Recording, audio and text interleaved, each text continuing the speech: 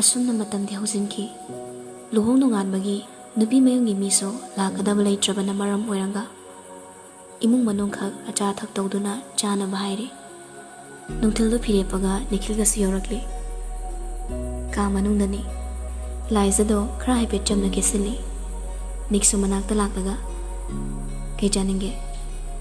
ꯂꯥꯏꯖ ꯈꯨꯝꯗꯦ꯫ Dressing table ꯃꯃꯥꯡ ꯑꯗꯨꯒꯤ ꯃꯤꯔꯔꯗꯨꯗ ꯁꯨꯝ ꯌꯦꯡꯂꯒ ꯃꯁꯝꯗꯣ ꯍꯥꯏꯐꯦꯠ ꯁꯦꯝꯂꯤ꯫ ꯅꯤꯛꯁꯨ ꯃꯈꯥ ꯇꯥꯔꯛꯂꯤ꯫ ꯑꯆꯥꯄꯣꯠ ꯂꯧꯕ ꯆꯠꯂꯗꯣꯏꯅꯤ, ꯅꯪ ꯀꯩ ꯆꯥꯅꯤꯡꯒꯦꯕ?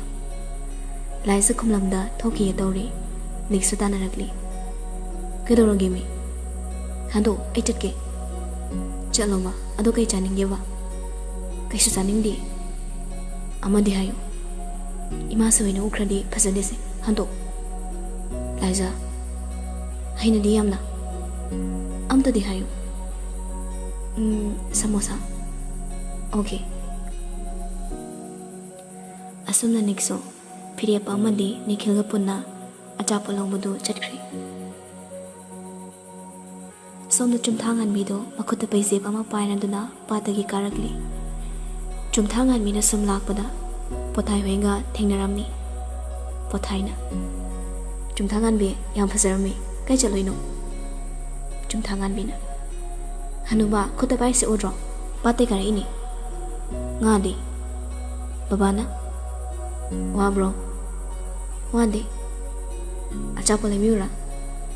ꯌꯥꯖꯔꯦ, ꯏꯅꯝꯃꯒꯤ ꯑꯣꯏꯅ ꯂꯩꯕꯤꯒꯣ꯫ ꯏꯁꯥ ꯄꯥꯈꯪꯉꯤꯅꯦ ꯅꯪꯕꯣ꯫ ꯑꯔꯤꯕ ꯍꯅꯨꯕ, ꯑꯩ ꯆꯠꯂꯦ꯫ ꯍꯅꯨꯕꯤ ꯑꯃ ꯊꯤꯔꯒꯅꯦ ꯂꯨꯍꯣꯡꯅꯕ ꯇꯧ꯫ ꯏꯁ, ꯅꯪ ꯀꯣꯛ ꯂꯧꯔꯗꯤ꯫ ꯆꯨꯝꯊꯥꯡꯍꯟꯕꯤꯅ ꯈꯔ ꯂꯥꯞꯊꯣꯛꯈꯤꯕꯅ ꯇꯥꯗꯅ ꯆꯠꯈ꯭ꯔꯦ꯫ ꯄꯣꯊꯥꯏ ꯆꯨꯝꯊꯥꯡꯍꯟꯕꯤꯅ ꯆꯠꯈꯤꯕꯗꯨ ꯌꯦꯡꯂꯒ ꯂꯩꯍꯧꯔꯤ꯫ ꯌꯦꯡꯕ ꯅꯨꯡꯉꯥꯏꯔꯦꯍꯦ, ꯋꯥꯈꯜꯒꯁꯦ ꯀꯩꯅꯣꯝ ꯇꯧꯔꯦꯕꯣ꯫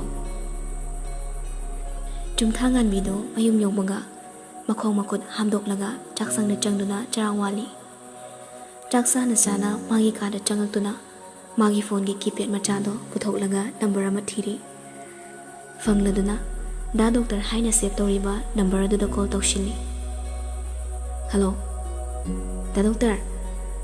ꯍꯥꯎ, ꯀꯩ ꯂꯩꯔꯦ? ꯁꯨꯝ ꯇꯧꯔꯛꯏꯅꯦ꯫ ꯑꯗꯨ ꯗꯥ ꯗꯣꯛꯇꯔ ꯊꯕꯛ ꯆꯤꯟꯕ꯭ꯔꯕ? ꯍꯧꯖꯤꯛꯇꯤ ꯆꯤꯟꯗꯦ, ꯉꯥꯏꯍꯥꯛ ꯂꯩꯔꯗꯤ ꯆꯤꯜꯂꯛꯄꯁꯨ ꯌꯥꯏ꯫ ꯑꯣ, ꯑꯗꯣ ꯀꯩ ꯏꯟꯁꯥꯡ ꯆꯥꯒꯦ? ꯄꯨꯟꯁꯤꯕ ꯉꯥꯏꯍꯥꯛ ꯈꯜꯂ ꯉꯥꯏꯔꯛꯂꯤ꯫ ꯀꯥꯎꯕꯨ ꯀꯥꯎꯔꯦꯗ꯫ ꯑꯁ, ꯃꯀꯣꯛ ꯌꯥꯗ꯭ꯔꯦ ꯗꯣꯛꯇꯔ ꯑꯣꯏꯔꯒ꯫ ꯄꯨꯟꯁꯤꯕꯁꯨ ꯅꯣꯛꯂꯒ ꯌꯥꯗ꯭ꯔꯦ ꯌꯥꯗ꯭ꯔꯦ, ꯑꯩꯗꯤ ꯆꯝꯊꯣꯡ ꯆꯥꯏ꯫ ꯍꯥꯎꯕ꯭ꯔꯣ? ꯍꯥꯎꯋꯤ, ꯉꯥꯅꯝꯁꯨ ꯌꯥꯎꯋꯤ꯫ ꯐꯔꯦ ꯐꯔꯦ, ꯑꯩ ꯊꯝꯃꯒꯦꯀꯣ, ꯀꯣꯟꯅ ꯑꯃꯨꯛ ꯇꯧꯔꯛꯑꯒꯦ꯫ ꯐꯣꯟꯗꯨꯁꯨ ꯊꯝꯈ꯭ꯔꯦ꯫ ꯆꯨꯝꯊꯥꯡꯍꯟꯕꯤꯁꯨ ꯅꯥꯀꯜꯗ ꯊꯝꯈ꯭ꯔꯒ ꯐꯣꯟ ꯑꯗꯣ ꯅꯣꯛꯐꯦꯠ ꯅꯣꯛꯐꯦꯠ ꯇꯧꯔꯤ ꯄꯣꯠꯅꯤ꯫ ꯅꯨꯃꯤꯗꯥꯡꯒꯤ ꯃꯇꯝꯁꯨ ꯌꯧꯔꯛꯂꯤ꯫ ꯃꯌꯥꯝꯗꯨ ꯄꯨꯂꯞ ꯆꯥꯛꯈꯨꯝꯗꯨꯗ ꯆꯥꯛ ꯏꯁꯤꯡ ꯆꯥꯃꯤꯟꯅꯩ꯫ ꯅꯤꯛꯅ ꯅꯝꯗꯅ ꯂꯥꯏꯖꯕꯁꯨ ꯌꯥꯎꯅ ꯆꯥꯔꯤ꯫ ꯂꯣꯌꯨꯝꯕꯁꯨ ꯆꯥꯛꯇꯨ ꯆꯥꯅ ꯆꯥꯅ ꯐꯥꯒꯤ ꯇꯧꯔꯛꯂꯝꯃꯤ꯫ ꯑꯩꯈꯣꯏ ꯁꯔꯒꯤ ꯏꯁꯧꯁꯤ ꯇꯥꯈꯤꯗꯕ ꯀꯨꯏꯔꯦꯕꯣ꯫ ꯑꯉꯥꯡꯅꯀꯣ ꯏꯇꯦꯝꯁꯤ ꯂꯥꯛꯄꯗꯒꯤ ꯍꯦꯟꯅ ꯂꯦꯝꯈ꯭ꯔꯦꯕꯣ꯫ ꯐꯨꯔꯛꯑꯅꯤ ꯑꯗꯩꯗꯤ꯫ ꯏꯇꯦꯝꯁꯦ ꯑꯩꯈꯣꯏ ꯁꯔꯁꯦ ꯌꯥꯝ ꯅꯨꯡꯁꯤꯕ꯭ꯔꯣ? ꯅꯤꯛꯁꯨ ꯆꯥꯛꯇꯨ ꯆꯥꯅ ꯆꯥꯅ ꯂꯥꯏꯖꯗ ꯈꯖꯤꯛ ꯅꯣꯟꯈꯠꯇꯨꯅ ꯌꯦꯡꯉꯛꯂꯤ꯫ ꯂꯣꯌꯨꯝꯕꯒꯤ ꯃꯃꯥꯡꯗ ꯂꯥꯏꯖꯁꯨ ꯅꯣꯛꯃꯤ ꯅꯣꯛꯃꯤ ꯂꯩ꯫ ꯁ꯭ꯌꯥꯝꯅ ꯑꯇꯣꯝꯕ ꯌꯥꯔꯦꯗ ꯅꯪꯕꯣ, ꯅꯇꯦꯝꯁꯤꯁꯦ ꯏꯀꯥꯏꯔꯅꯤꯅꯦ꯫ ꯄꯥꯕꯨꯡꯗ ꯑꯃꯨꯛ ꯍꯪꯉꯛꯀꯦ ꯑꯗꯨꯗꯤ꯫ ꯍꯩꯃꯥ ꯃꯈꯣꯏ ꯃꯌꯥꯝꯗꯣ ꯄꯨꯂꯞ ꯍꯦꯟꯗꯣꯛꯏ꯫ ꯑꯗꯨꯕꯨ ꯂꯥꯏꯖꯗꯤ ꯅꯣꯛꯇꯦ꯫ ꯅꯣꯛꯅꯤꯡꯗ ꯅꯣꯛꯅꯤꯡꯗ ꯆꯤꯝꯕꯥꯜꯗꯣ ꯍꯥꯏꯐꯦꯠ ꯀꯥꯔꯒ ꯂꯩ꯫ ꯆꯥꯛ ꯏꯁꯤꯡ ꯆꯥꯕꯗꯨꯁꯨ ꯂꯣꯏꯈ꯭ꯔꯦ꯫ ꯇꯨꯝꯕ ꯂꯣꯏꯅ ꯆꯪꯅꯈ꯭ꯔꯦ꯫ ꯂꯥꯏꯖꯗꯨ ꯀꯥꯗ ꯆꯪꯉꯛꯄꯗ ꯅꯤꯛꯅ ꯁꯣꯐꯥꯗ ꯇꯨꯝꯗꯨꯅ ꯂꯩꯔꯝꯂꯤ꯫ ꯐꯃꯨꯡ ꯊꯥꯔꯤꯕꯗꯣꯝꯗ ꯂꯥꯛꯇꯨꯅ ꯀꯥꯈꯠꯂꯒ ꯍꯤꯞꯈ꯭ꯔꯦ꯫ ꯑꯍꯤꯡ ꯑꯗꯣ ꯇꯨꯝꯊꯕ ꯌꯥꯗ ꯌꯥꯋꯜꯂꯒ ꯈꯥꯡꯂꯤ꯫ ꯃꯥꯅ ꯑꯗꯨꯝ ꯂꯩꯔꯤꯉꯩ ꯀꯅꯥꯒꯨꯝꯕ ꯑꯃ ꯃꯥꯒꯤ ꯃꯅꯥꯛꯇ ꯆꯪꯂꯛꯄꯒꯤ ꯁꯅꯤꯜ ꯐꯪꯉꯝꯃꯤ꯫ ꯂꯥꯏꯖ ꯃꯃꯤꯠꯇꯣ ꯐꯠ ꯄꯥꯡꯗꯨꯅ ꯌꯦꯡꯂꯤ꯫ ꯀꯅꯥꯁꯨ ꯂꯩꯔꯝꯗꯦ꯫ ꯍꯤꯞꯂꯝꯕꯗꯒꯤ ꯍꯧꯒꯠꯇꯨꯅ ꯅꯤꯛꯅ ꯇꯨꯝꯂꯤꯕꯗꯣꯝꯗ ꯌꯦꯡꯂꯤ꯫ ꯑꯗꯨꯕꯨ ꯅꯤꯛꯇꯤ ꯂꯩꯔꯝꯗ꯭ꯔꯦ꯫ ꯂꯥꯏꯖ ꯉꯛꯅ ꯋꯥꯁꯔꯨꯝ ꯂꯩꯔꯤꯕ ꯑꯗꯣꯝꯗ ꯑꯃꯨꯛ ꯂꯥꯛꯂꯤ꯫ ꯋꯥꯁꯔꯨꯝꯒꯤ ꯊꯣꯡ ꯑꯗꯣ ꯍꯦꯛ ꯍꯥꯡꯕꯒ ꯅꯤꯛ ꯃꯃꯥꯏꯗꯣ ꯅꯥꯀꯜ ꯑꯃꯔꯣꯝꯗ ꯑꯣꯟꯊꯣꯛꯂꯒ ꯇꯨꯃꯤꯟꯅ ꯂꯦꯞꯇꯨꯅ ꯂꯩꯔꯝꯂꯤ꯫ ꯂꯥꯏꯖꯗꯣ ꯁꯥꯎꯅꯤꯡꯅ ꯍꯥꯏꯔꯛꯂꯤ꯫ ꯑꯍꯤꯡꯁꯤꯗ ꯑꯃꯨꯛ ꯇꯝꯅꯩꯁꯦ ꯀꯩꯒꯤꯅꯣ? ꯈꯪꯍꯧꯗꯦꯅꯤ꯫ ꯃꯈꯨꯠꯇ ꯄꯥꯏꯔꯝꯕ ꯊꯥꯡ ꯑꯗꯣ ꯂꯥꯏꯖꯒꯤ ꯃꯕꯨꯛꯇ ꯈꯟꯊꯤꯟ ꯊꯤꯜꯂꯛꯂꯝꯃꯤ꯫ ꯂꯥꯏꯖ ꯏ ꯑꯣꯗꯨꯅ ꯂꯩꯃꯥꯏꯗꯨꯗ ꯇꯞꯅ ꯇꯨꯊꯈ꯭ꯔꯦ꯫ ꯂꯥꯏꯖ ꯇꯥꯕ꯭ꯔꯣ? ꯑꯩꯅ ꯀꯧꯔꯤꯁꯤ ꯇꯥꯕ꯭ꯔꯣ? ꯂꯥꯏꯖ ꯃꯃꯤꯠꯇꯣ ꯇꯞꯅ ꯄꯥꯡꯉꯛꯂꯤ꯫ ꯃꯃꯥꯡꯗ ꯅꯤꯛ ꯂꯩꯔꯝꯕꯗꯨꯗ ꯂꯥꯏꯖ ꯀꯤꯅ ꯃꯥꯕꯨ ꯐꯠ ꯏꯟꯊꯣꯛꯂꯤ꯫ ꯅꯤꯛ ꯉꯛꯅ ꯀꯩꯗꯧꯔꯒꯦ? ꯅꯪ ꯃꯉꯥꯛꯅꯕ ꯃꯥꯜꯂꯦꯅ ꯆꯪꯉꯛꯄꯅꯤ꯫ ꯑꯩ ꯅꯪꯉꯣꯟꯗ ꯀꯩꯁꯨ ꯇꯧꯗꯦ꯫ ꯑꯩ ꯀꯩꯁꯨ ꯇꯧꯗ꯭ꯔꯦ꯫ ꯏꯁꯤꯡ ꯊꯛꯅꯤꯡꯕ꯭ꯔꯥ? ꯑꯁꯤ ꯍꯥꯏꯗꯨꯅ ꯅꯤꯛ ꯇꯦꯕꯜ ꯃꯊꯛꯇ ꯊꯝꯕ ꯏꯁꯤꯡ ꯕꯣꯇꯜ ꯑꯗꯨ ꯂꯧꯔꯒ ꯂꯥꯏꯖꯗ ꯄꯤꯔꯤ꯫ ꯂꯥꯏꯖꯁꯨ ꯏꯁꯤꯡꯗꯨ ꯂꯧꯔꯒ ꯊꯛꯂꯤ꯫ ꯃꯃꯥꯏ ꯃꯃꯤꯠꯇꯨꯁꯨ ꯍꯨꯃꯥꯡ ꯉꯥꯛꯇ ꯉꯥꯏꯔꯝꯃꯤ꯫ ꯂꯥꯏꯖ ꯃꯣꯟ ꯃꯌꯥꯗꯨꯗ ꯃꯥꯔꯒ ꯑꯩꯒꯤ ꯐꯣꯟꯗꯨꯗꯤ ꯀꯗꯥꯏ ꯆꯠꯈ꯭ꯔꯦ? 1:30 ꯇꯥꯔꯦ꯫ ꯅꯪꯒꯤ ꯐꯣꯟꯗꯣ ꯁꯥꯏꯠ ꯇꯦꯕꯜꯗ ꯂꯩꯔꯤ꯫ ꯀꯃꯥꯏꯅ ꯁꯥꯏꯠ ꯇꯦꯕꯜꯗꯨꯗ ꯃꯥꯒꯤ ꯐꯣꯟꯗ ꯂꯩꯔꯝꯂꯤꯕꯅꯣ ꯈꯟꯕꯗ ꯉꯛꯄ ꯄꯣꯛꯂꯤ꯫ ꯅꯤꯛꯅ ꯑꯩꯅ ꯊꯝꯕꯅꯤ꯫ ꯇꯨꯝꯃꯝꯗꯥꯏꯗ ꯐꯣꯟꯗꯨ ꯅꯥꯛꯇꯒꯤ ꯂꯥꯞꯅ ꯊꯝꯃꯨ꯫ ꯅꯛꯁꯤꯟꯕ ꯐꯠꯇꯕꯅꯤ꯫ ꯃꯗꯨꯗꯒꯤ ꯊꯣꯔꯛꯄ ꯔꯦꯗꯤꯌꯦꯁꯟꯗꯨꯅ ꯕ꯭ꯔꯦꯟ ꯌꯥꯝ ꯁꯣꯛꯍꯜꯂꯤ꯫ ꯌꯥꯔꯦ, ꯑꯩ ꯅꯪꯒꯤ ꯂꯦꯛꯆꯔꯗꯣ ꯇꯥꯅꯤꯡꯗꯦ꯫ ꯇꯨꯝꯖꯔꯣ, ꯒꯨꯗ ꯅꯥꯏꯠ꯫ ꯅꯤꯛ ꯁꯣꯐꯥꯗꯨꯗ ꯂꯥꯛꯇꯨꯅ ꯑꯃꯨꯛ ꯍꯤꯞꯊꯈ꯭ꯔꯦ꯫ ꯑꯍꯤꯡꯗꯨꯃꯁꯨ ꯅꯤꯛꯇꯤ ꯁꯨꯛꯇꯨꯝ ꯍꯦꯛ ꯇꯨꯝꯗꯅ ꯑꯗꯨꯃꯛ ꯅꯣꯡꯉꯥꯟꯈ꯭ꯔꯦ꯫ ꯁꯅꯥ, ꯏꯃꯥꯁꯦ ꯀꯩ ꯍꯥꯏꯒꯦ? ꯏꯕꯨꯡꯉꯣ ꯐꯤꯔꯦꯞꯄꯒ ꯅꯤꯈꯤꯜꯒ ꯂꯥꯛꯎꯕꯅꯤ꯫ ꯑꯌꯨꯛꯁꯤꯗ ꯀꯩꯗꯧꯕ ꯂꯥꯛꯏꯕ? ꯍꯩꯃꯥ, ꯃꯤ ꯊꯕꯛ ꯂꯩꯔꯝꯒꯅꯤꯌꯦ꯫ ꯅꯤꯛꯁꯨ ꯃꯄꯥꯟꯗ ꯊꯣꯔꯛꯏ꯫ ꯑꯅꯤꯗꯨꯁꯨ ꯐꯝꯂꯒ ꯂꯩꯔꯝꯂꯤ꯫ ꯌꯥꯝ ꯉꯜꯂꯤꯗ꯫ ꯅꯤꯈꯤꯜꯅ ꯐꯣꯇꯣꯁꯨ ꯆꯠꯂꯨꯁꯦ꯫ ꯀꯅꯥꯒꯤ? ꯅꯪꯒꯤꯅꯤ ꯀꯩꯅꯣ? ꯑꯁ ꯇꯜꯂꯦꯗ, ꯅꯨꯄꯤ ꯑꯉꯥꯡꯗꯧꯅ ꯐꯣꯇꯣ ꯀꯥꯞꯄ ꯍꯩꯅꯗꯤ꯫ ꯑꯁ ꯀꯄꯜꯒꯤ ꯐꯣꯇꯣ ꯁꯨꯠꯅꯦ ꯇꯧꯗꯣꯏꯁꯦ꯫ ꯑꯗꯨ ꯑꯣꯏꯔꯗꯤ ꯉꯁꯤꯗꯤ ꯉꯟꯃꯜꯂꯦ꯫ ꯃꯣꯔꯅꯤꯡ ꯁꯨꯠ, ꯏꯚꯤꯅꯤꯡ ꯁꯨꯠ꯫ ꯐꯤꯔꯦꯞꯄꯅ ꯉꯥꯡꯅꯧ ꯉꯥꯡꯅꯧ꯫ ꯅꯤꯛꯅ ꯆꯥꯛ ꯏꯁꯤꯡ ꯆꯥꯔꯒ ꯉꯥꯏꯍꯥꯛ ꯐꯠ ꯆꯠꯂꯨꯕ ꯌꯥꯔꯣꯏꯗ꯭ꯔꯣ? ꯅꯤꯈꯤꯜꯅ ꯐꯣꯇꯣꯒ꯭ꯔꯥꯐꯔ ꯄꯨꯔ ꯂꯥꯛꯑꯕꯅꯤ꯫ ꯑꯗꯨꯅ ꯑꯃꯨꯛ ꯀꯔꯤ ꯋꯥꯈꯜ? ꯅꯤꯈꯤꯜꯅ ꯗꯤꯃꯥ ꯂꯩꯈ꯭ꯔꯕ ꯐꯣꯇꯣꯒ꯭ꯔꯥꯐꯔꯅꯤ꯫ ꯄꯦꯜꯂꯤꯍꯦ ꯑꯣꯏꯕ꯫ ꯆꯠꯂꯁꯤꯁꯦ꯫ ꯂꯥꯏꯖꯗꯣ ꯑꯝꯇ ꯂꯣꯏꯁꯤꯜꯍꯜꯂꯨꯔꯣ꯫ ꯉꯥꯏꯔꯝꯃꯨ꯫ ꯅꯤꯛ ꯏꯃꯨꯡ ꯂꯣꯝꯗ ꯆꯪꯈ꯭ꯔꯦ꯫ ꯂꯩꯃꯒ ꯂꯥꯏꯖꯒꯗꯣ ꯐꯝꯃꯤꯟꯅꯗꯨꯅ ꯋꯥꯔꯤ ꯁꯥꯗꯨꯅ ꯂꯩꯔꯝꯂꯤ꯫ ꯅꯤꯛ ꯇꯞꯅ ꯂꯥꯏꯖ ꯐꯣꯇꯣꯁꯨ ꯆꯠꯂꯨꯁꯦ, ꯂꯣꯏꯁꯤꯜꯂꯨꯔꯣ꯫ ꯂꯥꯏꯖ ꯃꯃꯥꯁꯤꯗ ꯑꯃꯨꯛ ꯌꯦꯡ ꯎꯔꯩ ꯄꯥꯔꯩ ꯇꯧꯗꯨꯅ ꯈꯨꯝꯃꯛꯂꯤ꯫ ꯑꯩ ꯇꯜꯂꯦ꯫ ꯂꯩꯃꯅ ꯆꯠꯂꯨꯔꯣ꯫ ꯏꯃꯥꯁꯦ ꯊꯕꯛ ꯂꯣꯏꯁꯤꯟꯕ ꯌꯥꯝ ꯂꯩꯕꯅꯤ꯫ ꯊꯕꯛ ꯏꯪꯈꯥꯡꯒꯤꯗꯤꯅꯦ ꯏꯃꯥꯁꯦ ꯑꯗꯨꯝ ꯂꯣꯏꯁꯤꯜꯂꯒꯦ, ꯀꯩꯁꯨ ꯈꯜꯂꯨꯅꯨ꯫ ꯅꯤꯛꯅ ꯅꯤꯈꯤꯜꯒ ꯐꯤꯔꯦꯞꯄꯒꯁꯨ ꯉꯥꯏꯔ ꯂꯩꯍꯧꯔꯕꯅꯤ꯫ ꯐꯣꯇꯣꯒ꯭ꯔꯥꯐꯔꯁꯨ ꯄꯨꯔꯛꯑꯦꯅ ꯍꯥꯏ꯫ ꯂꯩꯃꯅ ꯂꯣꯏꯁꯤꯜꯂꯨꯔꯣ꯫ ꯎꯄꯥꯏ ꯂꯩꯇ ꯂꯥꯏꯖꯁꯨ ꯆꯠꯄꯗ ꯇꯥꯔꯦ꯫ ꯅꯤꯛꯇꯤ ꯃꯣꯃꯣꯟ ꯅꯣꯛꯂꯛꯂꯤ꯫ ꯂꯥꯏꯖ ꯅꯤꯛꯇ ꯄꯩꯔꯞ ꯌꯦꯡꯂꯝꯂꯒ ꯆꯠꯈ꯭ꯔꯦ꯫ ꯅꯤꯛꯁꯨ ꯇꯞꯂꯤ ꯃꯇꯨꯡ ꯏꯟꯅꯈꯤ꯫ ꯅꯨꯄꯥꯗꯤ ꯀꯨꯏꯍꯧꯗꯦ ꯂꯣꯏꯁꯤꯟꯕ ꯂꯣꯏꯈ꯭ꯔꯦ꯫ ꯊꯣꯛꯂꯝꯗꯥꯏꯗ ꯂꯥꯏꯖꯗ ꯍꯥꯏꯔꯝꯃꯤ꯫ ꯑꯥꯗ ꯗ꯭ꯔꯦꯁꯇꯣ ꯆꯦꯟꯖ ꯇꯧꯕ ꯌꯥꯔꯣꯏ, ꯁꯤꯗꯒꯤ ꯐꯖꯅ ꯂꯣꯏꯁꯤꯜꯂ ꯂꯥꯛꯑꯣ꯫ ꯑꯁꯤ ꯈꯛꯇꯅꯤ ꯅꯤꯛ ꯃꯥꯅ ꯍꯥꯏꯔꯝꯕ꯫ ꯑꯗꯨꯕꯨ ꯂꯥꯏꯖ ꯇꯨꯃꯤꯟꯅ ꯂꯣꯏꯁꯤꯟꯗꯨꯅ ꯂꯩꯍꯧꯔꯤ꯫ ꯂꯣꯏꯁꯤꯟꯕ ꯍꯦꯛ ꯂꯣꯏꯕꯒ ꯃꯄꯥꯟꯗ ꯊꯣꯔꯛꯂꯤ꯫ ꯅꯤꯛꯁꯨ ꯒꯥꯔꯤꯗꯨ ꯁ꯭ꯇꯥꯔꯠ ꯇꯧꯔꯒ ꯂꯩꯔꯝꯂꯤ꯫ ꯑꯁꯨꯝꯅ ꯃꯃꯥꯁꯤ ꯍꯣꯏꯗ ꯆꯠꯂꯨꯒꯦ ꯍꯥꯏꯔꯝꯂꯒ ꯂꯥꯏꯖꯁꯨ ꯒꯥꯔꯤꯗꯨ ꯈꯥꯝꯃꯤꯕꯗꯣꯝꯗ ꯂꯥꯛꯂꯤ꯫ ꯅꯤꯛꯁꯨ ꯃꯃꯥꯡ ꯊꯪꯕ ꯁꯤꯠꯀꯤ ꯊꯣꯡꯗꯨ ꯍꯥꯡꯗꯣꯔꯛꯂꯤ꯫ ꯂꯥꯏꯖꯁꯨ ꯐꯤꯗꯨ ꯍꯥꯏꯐꯦꯠ ꯇꯥꯁꯤꯜꯂꯒ ꯇꯞꯅ ꯒꯥꯔꯤꯗꯨꯗ ꯀꯥꯔꯛꯂꯤ꯫ ꯅꯤꯛꯅ ꯌꯥꯔꯕꯣ? ꯍꯣꯏ꯫ ꯃꯣꯏ ꯑꯅꯤꯅ ꯇꯣꯉꯥꯟꯅ ꯂꯥꯛꯏ꯫ ꯒꯥꯔꯤ ꯇꯣꯡꯂꯤꯉꯩ ꯑꯅꯤꯗꯣ ꯋꯥ ꯃꯆꯦꯠ ꯑꯃ ꯐꯥꯎꯕ ꯉꯥꯡꯅꯗꯦ꯫ ꯂꯥꯏꯖꯁꯨ ꯃꯃꯥꯏꯗ ꯊꯣꯡꯅꯥꯎꯔꯣꯝꯗ ꯑꯣꯟꯊꯣꯛꯂꯒ ꯑꯁꯨꯝ ꯇꯣꯡꯂꯤ꯫ ꯐꯣꯇꯣꯁꯨꯠꯀꯤ ꯃꯐꯝꯗ ꯌꯧꯔꯦ꯫ ꯆꯤꯡꯌꯥ ꯑꯣꯏꯅꯁꯨ ꯇꯧꯏ꯫ ꯌꯥꯝꯅ ꯆꯤꯛꯏ꯫ ꯑꯀꯣꯏꯕꯗꯁꯨ ꯏꯁꯪ ꯁꯪꯅ ꯍꯧꯔꯤ ꯎꯄꯥꯜ ꯋꯥꯄꯥꯜ ꯀꯌꯥ꯫ ꯅꯤꯈꯤꯜꯅ ꯅꯤꯄꯥ ꯑꯁ꯭ꯋꯥꯏꯗ ꯂꯥꯛꯑꯣ꯫ ꯅꯤꯛꯅ ꯂꯥꯛꯑꯣ꯫ ꯂꯥꯏꯖ ꯅꯤꯛꯀꯤ ꯃꯇꯨꯡ ꯏꯟꯅꯗꯨꯅ ꯆꯠꯂꯤ꯫ ꯑꯁꯨꯝꯅ ꯐꯣꯇꯣꯁꯨꯠꯇꯨ ꯁꯦꯝ ꯁꯥꯕ ꯍꯧꯔꯤ꯫ ꯐꯤꯔꯦꯞꯄꯅ ꯀꯩꯅꯣ ꯅꯤꯄꯥ, ꯏꯔꯦꯟꯖꯅ ꯂꯦꯞꯃꯤꯟꯅꯧ ꯌꯥꯗ꯭ꯔꯣ?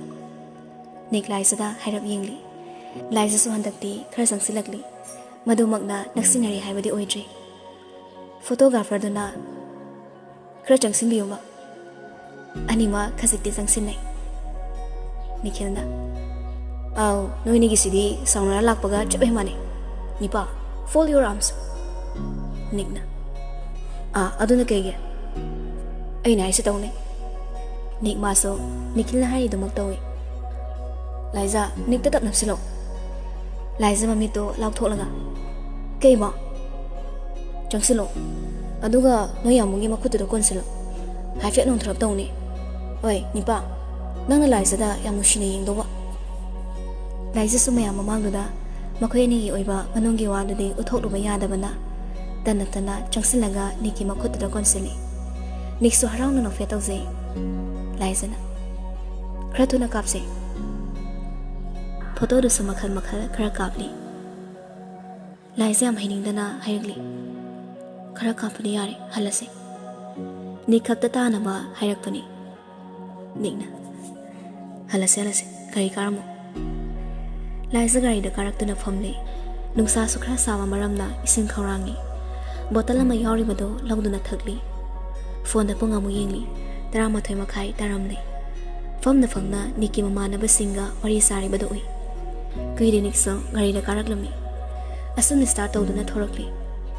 हदक्ति मयुम द हलकपदो ममानब अनि दुदे यावरक्त्रे मखोय अनि खक्ता लई लाइजा रावबगी सकपम उदे नुसिलुंजाने निंगना चकलामरो लाइजा कैसु खंदा अदुम खुमगी लामी नि अकोय बदो हाइफे येंगलगा कैफे मगी ममांग द गाड़ी दो खामली निंगना गाड़ी दगी कुमथखिदुना लाइजा रोमदा अमुक लाकलगा लाइजा की थोंगदो हांगदोकपी कुमो लाइजा निकता सौनिंग येंगलगा हाइरकलमी आई चानिंगदी सिदगिदी नंगी चाव हाइमा केदोरगे युमदा हलसे लाइजा की मरैदुदा निक्सु गाड़ी दा मो कारक्तुना थौबा हौरी होय माइ हाइदे मासो हंगना येंगलुबसु तौदे असुमना सुम थोरकपना लाइजा निकता खंगाय हाइरकली सिदा खामो निक्सो गाड़ी दो खामले लाइजा गाड़ी लाक्प्रो येंगलगा कुमख्रे निक्सो ngakna गाड़ी दगी फट कुमक्तुना लाइजा की मतुंग इनरकली लाइजा तो होटल अमदा चंख्रे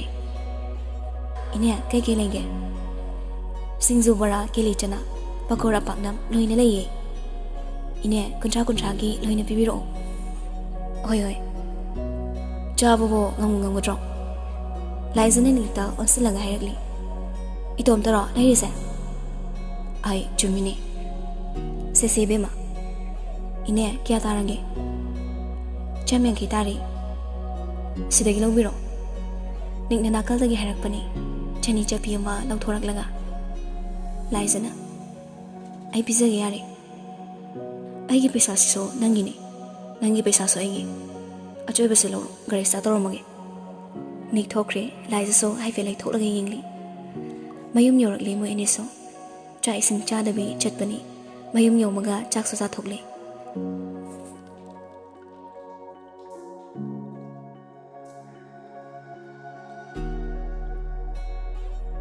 नुमित खरानी दे हौसनख्रे हजि फावमा लाइजा निकदो अनसिनुना वरी फसना सानदे निकना हाइरबसो पाखोम फसना पिबिदे नुमिदांगी मतमनी निंगसिदे थेंगला फावबा थबक हलकलमदे चा इसिंगसो लोइना लोइरबनी लई ममदी लाइजसो किचन सा की प्लेटो चामदना लेनी लई मना इबेमा इबुंगु दुबु लाक्ट्रिब्रा अमता हंगुदना अदुम लाक्चनी दे मासे ngasi थेंगिने थबक चिलम नो माले अदु बोबा मरोलम खंगदी फैदना लाइजा याम तना खुमकलमी होय डाइनिंग टेबल मथक्तुना लैबा मागी फोन दो पाइखलंगा निकते मेसेज अमा इदुना थारकली काय लेंगे इमासिन हलक्ट्रबाय इकुई के निक्सो सिन थोरकलमी ऑन द वे हाइरंगा लब साइन मा थाजिलकली चाक लोरी इमासि पाखले कई मथेलनो खंगदे मखा तारनो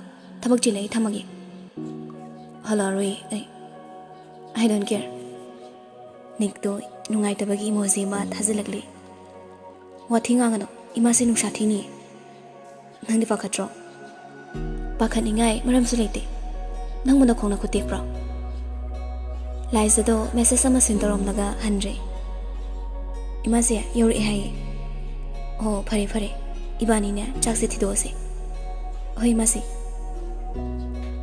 मनी ममौ चंगदना मी लोइना मकी चाइ सिंगदो सेमलगा थमले निक मासो यम योरकलदुना फीगा होंगदबी किचन अदुम डाइरेक्ट चंगकली चाक के थिरगा थमनमदुदा मखुतो बेसिन हामदोकलगा डाइनिंग चेयर अमदा फमते लैमना शना फीदो हान होंग याद्रो इमासे यारनी पांगनांग कोरो हाइग्रबनी लोइना लागनारनी ꯃꯇꯥꯡꯗꯨꯗ ꯃꯄꯥꯁꯦ ꯌꯥꯝꯁꯨ ꯌꯧꯔꯛꯂꯤ ꯀꯩ ꯃꯊꯦꯜ ꯇꯧꯔꯝꯕ ꯂꯩꯃꯅ ꯃꯩ ꯄꯥꯕꯣ ꯉꯥ ꯇꯧꯕꯅꯤ ꯑꯣ ꯐꯔꯦ ꯐꯔꯦ ꯆꯥꯔꯣ ꯆꯥꯔꯣ ꯅꯤꯛ ꯆꯥꯔꯤꯕ ꯆꯥꯛꯇꯣ ꯃꯄꯨꯡ ꯐꯥꯅ ꯐꯖꯅ ꯆꯥꯗꯦ ꯅꯩꯁꯤꯜꯂꯒ ꯂꯩ ꯂꯥꯏꯖꯁꯨ ꯎꯔꯤꯕꯅꯤ ꯑꯗꯨꯕꯨ ꯀꯩꯁꯨ ꯍꯥꯏꯔꯨꯗꯦ ꯁꯥꯎꯅꯤꯡꯅ ꯃꯥꯜꯂꯤ ꯅꯤꯛꯇꯣ ꯆꯥꯔꯝꯕꯗꯒꯤ ꯃꯈꯨꯠꯇꯣ ꯍꯥꯝꯖꯤꯜꯂꯝꯃꯒ ꯐꯨ ꯍꯧꯒꯠꯈ꯭ꯔꯦ ꯂꯩꯃ ꯁꯌꯥꯝꯁꯨ ꯉꯛꯅ ꯌꯦꯡꯍꯧꯔꯤ ꯂꯩꯃꯅ ꯍꯥꯟꯅꯩ ꯃꯤꯍꯨꯜꯗꯣ ꯑꯃꯨꯛ ꯍꯟꯖꯤꯜꯂꯛꯑ ꯃꯥꯜꯂꯤ ꯂꯩꯃꯅ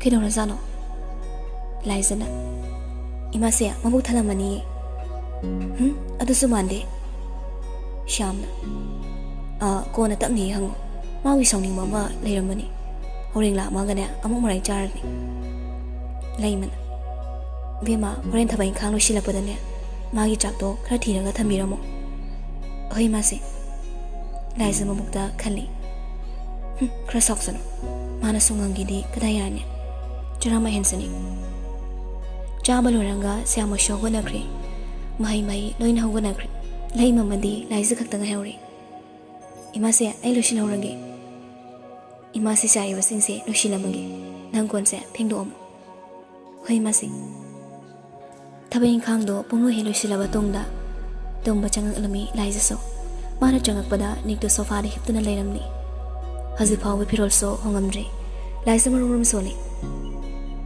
ꯁꯥꯎꯔꯦ ꯀꯥꯏꯗꯅꯤꯅꯦ ꯊꯦꯝꯕꯤꯔꯛꯑꯅꯤ ꯈꯜꯂꯤ ꯃꯥꯜꯂꯤ ꯃꯥꯁꯨ ꯐꯝ ꯁꯦꯝꯂꯒ ꯇꯨꯝꯈ꯭ꯔꯦ ꯅꯤꯛꯇꯤ ꯇꯨꯝꯕ ꯅꯠꯇ꯭ꯔꯦ ꯇꯨꯝꯁꯤꯟꯅꯕꯅꯤ ꯃꯔꯥ ꯂꯩꯔꯨꯕ ꯃꯤꯁꯛ ꯑꯃꯅꯤ ꯃꯄꯥꯟ ꯊꯣꯛꯅ ꯂꯥꯏꯖꯗ ꯑꯣꯟꯁꯤꯜꯂꯒ ꯁꯥꯎꯔꯨꯕꯁꯨ ꯉꯝꯗꯦ ꯃꯥꯅ ꯑꯗꯨꯝ ꯂꯥꯟꯕꯁꯨ ꯇꯥꯔꯅꯤ ꯈꯪꯉꯤ ꯍꯤꯞꯂꯝꯕꯗꯒꯤꯅꯤ ꯍꯧꯒꯠꯂꯒ ꯃꯥꯒꯤ ꯂꯥꯏꯔꯤꯛꯁꯤꯡ ꯊꯝꯕ ꯇꯦꯕꯜ ꯑꯗꯨꯗ ꯂꯥꯛꯂꯒ ꯏꯌꯔꯄꯤꯁꯁꯨ ꯑꯃꯨꯛ ꯂꯧꯔꯒ ꯂꯥꯛꯂꯤ ꯅꯤꯛ ꯏꯁꯩ ꯑꯃ ꯇꯥꯗꯨꯅ ꯍꯤꯞꯂꯤ ꯑꯁꯨꯝꯅ ꯅꯣꯡꯉꯥꯟꯈꯤꯕꯁꯨ ꯈꯪꯍꯧꯗ꯭ꯔꯦ ꯌꯥꯍꯧꯔꯛꯄꯗ ꯅꯤꯛꯇꯣ ꯃꯅꯥꯗ ꯏꯌꯔꯄꯤꯁꯇꯣ ꯑꯗꯨꯝ ꯌꯥꯎꯔꯝꯂꯤ ꯃꯥꯗꯤ ꯉꯔꯥꯡ ꯂꯧꯊꯣꯛꯄ ꯀꯥꯎꯔꯝꯂꯕ ꯖꯥꯠꯅꯤ ꯁꯣꯐꯥꯗ ꯍꯤꯞꯂꯝꯕꯗꯒꯤ ꯍꯧꯒꯠꯇꯨꯅ ꯐꯃꯨꯡ ꯊꯥꯔꯤ ꯃꯗꯣꯝꯗ ꯌꯦꯡꯉꯛꯂꯤ ꯂꯥꯏꯖꯗꯤ ꯍꯧꯒꯠꯈ꯭ꯔ ꯃꯥꯜꯂꯤ ꯂꯩꯔꯝꯗ꯭ꯔꯦ ꯃꯥꯁꯨ ꯍꯧꯒꯠꯂꯒ ꯋꯥꯁꯔꯨꯝꯗ ꯆꯪꯈ꯭ꯔꯦ ꯁꯣꯝꯗ ꯂꯥꯏꯖꯗꯣ ꯆꯥꯛ ꯊꯣꯡꯗꯨꯅ ꯂꯩꯔꯤ ꯏꯕꯦꯝꯃ ꯏꯃꯥꯁꯦ ꯀꯩ ꯍꯥꯏꯒꯦ ꯉꯜꯂꯤꯉꯩꯁꯤꯗꯅꯦ ꯅꯣꯏ ꯄꯥꯕꯨꯡ ꯏꯕꯥꯅꯤ ꯀꯩꯊꯦꯜ ꯀꯥꯔꯨꯒꯦꯀꯣ ꯍꯣꯏ ꯃꯥꯁꯦ ꯏꯕꯨꯡꯉꯣꯗꯤ ꯍꯧꯒꯠꯈ꯭ꯔꯕ꯭ꯔꯣ ꯍꯧꯒꯠꯂꯝꯃꯅꯤ ꯃꯥꯁꯦ ꯐꯔꯦ ꯐꯔꯦ ꯂꯥꯏꯖꯁꯨ ꯆꯥꯛꯇꯣ ꯊꯣꯡꯅ ꯋꯥꯈꯜ ꯑꯃ ꯈꯜꯂꯤ ꯑꯁꯨꯝꯅ ꯋꯥꯈꯜ ꯈꯟꯗꯨꯅ ꯂꯩꯔꯤꯉꯩ ꯀꯣꯜꯂꯤꯛ ꯊꯦꯡꯖꯤꯟꯕꯒꯤ ꯃꯈꯣꯜ ꯑꯗꯨꯗ ꯈꯪꯄ꯭ꯔꯦꯛ ꯈꯪꯉꯤ ꯂꯥꯏꯖ ꯐꯣꯇꯣ ꯊꯣꯛꯇꯨꯅ ꯌꯦꯡꯂꯨꯏ ꯅꯤꯛꯇꯨ ꯐꯤꯜꯇꯔꯗꯒꯤ ꯏꯁꯤꯡ ꯌꯥꯔꯒ ꯊꯛꯇꯨꯅ ꯂꯩꯔꯝꯂꯤ ꯊꯕꯛ ꯆꯠꯅꯕ ꯐꯤꯔꯣꯜꯁꯨ ꯂꯣꯏꯁꯤꯟꯕ ꯂꯣꯏꯕꯒ ꯊꯣꯔꯛꯂꯤꯕꯅꯤ ꯂꯥꯏꯖ ꯉꯛꯅ ꯍꯥꯏꯐꯦꯠ ꯃꯨꯟꯅ ꯌꯦꯡꯂꯤ ꯏꯁꯤꯡ ꯊꯛꯄꯗꯨ ꯂꯣꯏꯕꯒ ꯐꯠꯊꯣꯛꯈ꯭ꯔꯦ ꯉꯁꯤꯗꯤ ꯂꯥꯏꯖꯗ ꯍꯟꯅ ꯐꯥꯎꯕ ꯌꯦꯡꯂꯝꯗꯦ ꯆꯥꯛꯀ ꯆꯥꯗꯅ ꯊꯕꯛ ꯆꯠꯈꯤꯕꯗꯨꯗ ꯂꯥꯏꯖ ꯉꯁꯤꯗꯤ ꯇꯁꯦꯡꯅ ꯉꯛꯂꯤ ꯇꯟꯖꯥꯗꯨꯗ ꯂꯣꯏꯌꯨꯝꯕꯁꯨ ꯇꯨꯡ ꯍꯟꯅ ꯑꯃꯨꯛ ꯌꯦꯡꯂꯒ ꯀꯤꯆꯟꯗꯨꯗ ꯆꯪꯉꯛꯂꯤ ꯇꯦꯝꯁꯦ ꯑꯩꯈꯣꯏ ꯁꯔꯁꯦ ꯀꯩꯒꯤꯅꯣ ꯉꯁꯤꯗꯤ ꯌꯥꯝ ꯉꯟꯅ ꯆꯠꯈ꯭ꯔꯤꯁꯤꯕꯣ ꯆꯥꯛꯁꯨ ꯆꯥꯔꯝꯈꯤꯔꯣꯏ ꯑꯩꯗꯤ ꯈꯪꯗꯦ ꯀꯩꯁꯨꯁꯨ ꯍꯥꯏꯔꯝꯗꯦ ꯑꯩ ꯉꯥꯎꯔꯖꯥꯠꯂꯣ ꯈꯪꯗꯦꯗ ꯏꯇꯦꯝꯁꯦ ꯑꯩ ꯆꯥꯛ ꯍꯣ ꯍꯩꯔꯛꯀꯦ ꯂꯥꯏꯖ ꯂꯣꯏꯌꯨꯝꯕꯒꯤ ꯆꯥꯗꯣ ꯍꯩꯔꯒ ꯄꯤꯔꯤ ꯐꯅ ꯁꯥꯎꯅꯤꯡꯂꯕꯁꯨ ꯑꯌꯨꯛꯀꯤ ꯆꯥꯛ ꯆꯥꯗꯅ ꯆꯠꯈꯤꯕꯗꯨꯅ ꯃꯥꯁꯨ ꯈꯔꯗꯤ ꯅꯨꯡꯉꯥꯏꯖꯗꯦ ꯅꯨꯡꯊꯤꯜꯒꯤ ꯃꯇꯝꯅꯤ ꯄꯨꯡ ꯑꯃꯃꯨꯛꯇꯤ ꯍꯥꯏꯔꯛꯂꯤ ꯂꯥꯏꯖ ꯂꯣꯏꯌꯨꯝꯕꯒꯤ ꯀꯥꯗ ꯂꯥꯛꯇꯨꯅ ꯊꯣꯡꯖꯤꯟꯗꯒꯤ ꯂꯦꯞꯂꯒ ꯂꯣꯏꯌꯨꯝꯕꯕꯨ ꯀꯧꯔꯤ ꯏꯇꯦꯝꯁꯦ ꯀꯩ ꯍꯥꯏꯒꯦ ꯅꯣꯏ ꯁꯔꯒꯤ ꯑꯣꯐꯤꯁꯇꯣ ꯈꯪꯕ꯭ꯔꯣ ꯈꯪꯉꯦ ꯏꯇꯦꯝꯁꯦ ꯑꯗꯨꯗꯤ ꯆꯥ ꯑꯝꯇ ꯊꯤꯟꯕꯤꯔꯨꯒꯦꯔꯣ ꯍꯣꯏ ꯌꯥꯏꯌꯦ ꯊꯤꯜꯂꯨꯒꯦ ꯏꯇꯦꯝꯁꯤꯅꯦ ꯆꯥ ꯍꯥꯞꯄꯝꯃꯒꯦ ꯂꯣꯏꯁꯤꯜꯂꯒ ꯀꯨꯝꯃꯛꯑꯣꯀꯣ ꯍꯣꯏ ꯏꯇꯦꯝꯁꯤ ꯑꯁꯨꯝꯅ ꯂꯣꯏꯌꯨꯝꯕꯁꯨ ꯅꯤꯛꯀꯤ ꯆꯥꯛ ꯊꯤꯜꯂꯛꯂꯤ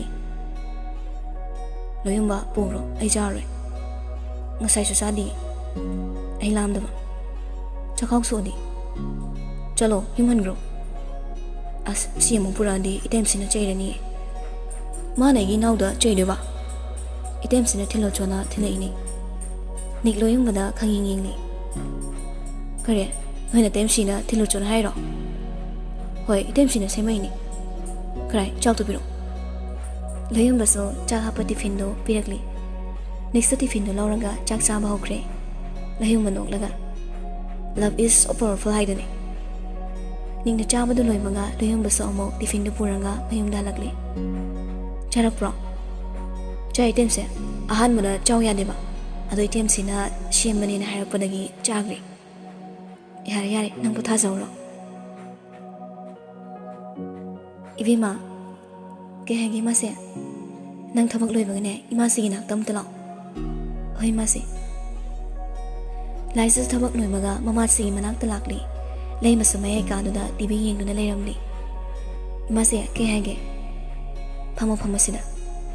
Laisa sumaning gi manak tuda phammi. Lei mamangi bektangi sel khra laktokna pirakli. Laisa ngakna. Kaigino imasi. Mangani chako basu chatredo. Adunane ibungo ga chatlaga nangi leiningbado leiro. Yarinde imasi. Ai watpa amata sulaiti. Pabung na sandak amata watlandana leibi. Aduna yaba natini sidagi sulairo. Imasi. Aina topa hen malairaga kaibu kana doino. Leirba kharasina adum yarani. Ai adu yaba natiko. Nungtigi sinsinana silo imoksini. Imasi sum thamsinbiyo.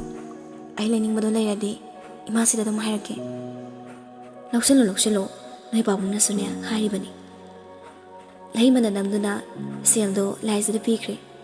Laisa su longningda loksili. Asumna matamdi hosinkre. Numida waram so oshilakli. Hojikte khoina khanjarapado loina thongani. Nungaire kaino. Property singsiso ekhoi khutta loin darani. Hanubiduna kaidodoino. Ngakoktuda nongmei namaga sign to hala loiri. Ima yaroktradi. Kaigi yaroideba yana batogudabani. Peter noklaga. Adude ekhoi loina orani ma. Oiradabani. Sunita sanokli. Pele noina mam chasibo. Michael na changaktuna haibani. Sunita na. Atomba nang kai su khangoine. Aishu loina khangi kai kanaba. Peter na. Thibong jang nang di yam jaw nakok tu santhi hanaba. Is haipadi. Sunita na. Yare sidagi ni ne kumai horadabani. Michael na. Aidi auzaroi. Nang di fangsadreduna. Pamde lauzo. Peter na. Fanga kana de 50-50 share harakani ne. Haizaroi he. Peter na. Matam de orakana khangwai duni. Somna nikto thabak halakli. Lambi kya chinbana phone lauthoklaga laisa call torakli. Adubu laisa de makhala leibana torakliba call do tadre. Aduna paikhalamdi. WhatsApp ta muchanglaga text amu tawi. Adubu net off leramli. Machinda solei. Thabak kuchin sideba maini tawrisi.